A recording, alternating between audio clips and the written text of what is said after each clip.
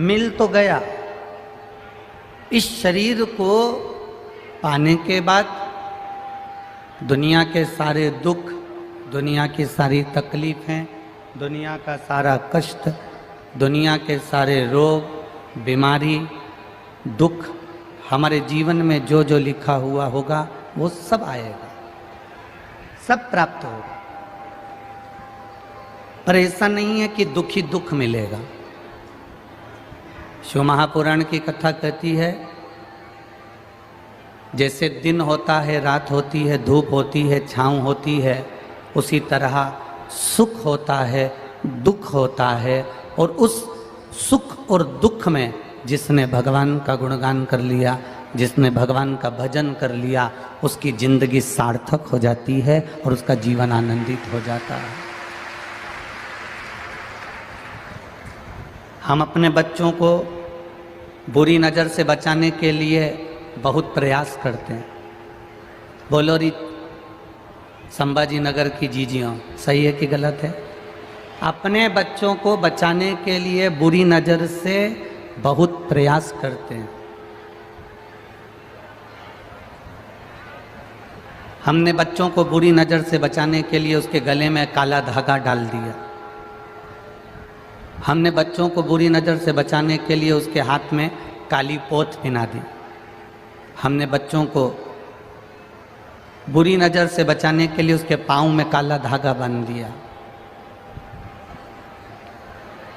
अपने बच्चे को बुरी नज़र से बचाने से ज़्यादा जरूरी है अपने बच्चों को बुरी संगत से बचाना जरूरी है।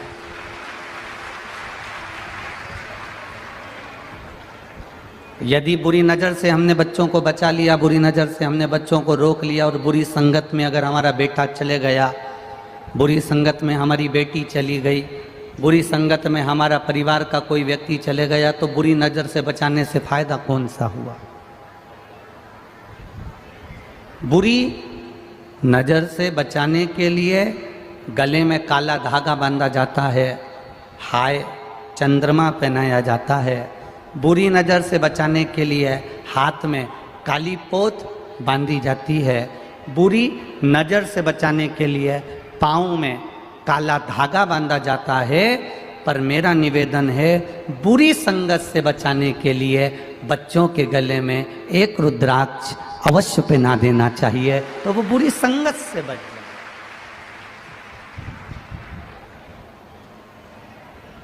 जैसे गले में एक काला धागा बांध देने से बच्चे को बुरी नज़र नहीं लगती, उसी तरह गले में एक रुद्राक्ष, एक तुलसी का मन का, एक तुलसी की माला पहन लेने से बुरी संगत नहीं मिलती है। बुरी संगत, हमारा बच्चा बुरी संगत से बच सकता है। पहले भी कहा, आज फिर कहते हैं, सुंदरता होगी तो लुच्चों की नजर होगी। आप अगर सुंदर हो तो लुच्चों की नजर आप पर है। सुंदरता होगी तो लुच्चों की नजर होगी। गले में चेन होगी तो चोर की नजर होगी।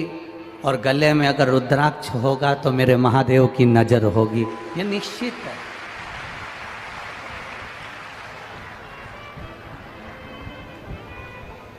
बहुत कम कीमत का, फ्री में कुबेरेश्वर धाम से रुद्राक्ष मिल जाता है, निःशुल्क, कोई कीमत नहीं है उस रुद्राक्ष की। आप कुबेरेश्वर धाम जाते हैं, रुद्राक्ष ले लेते हैं, वो निःशुल्क रुद्राक्ष कुबेरेश्वर धाम से मिलना प्रारंभ हुआ। आप लोग लेकर भी आए।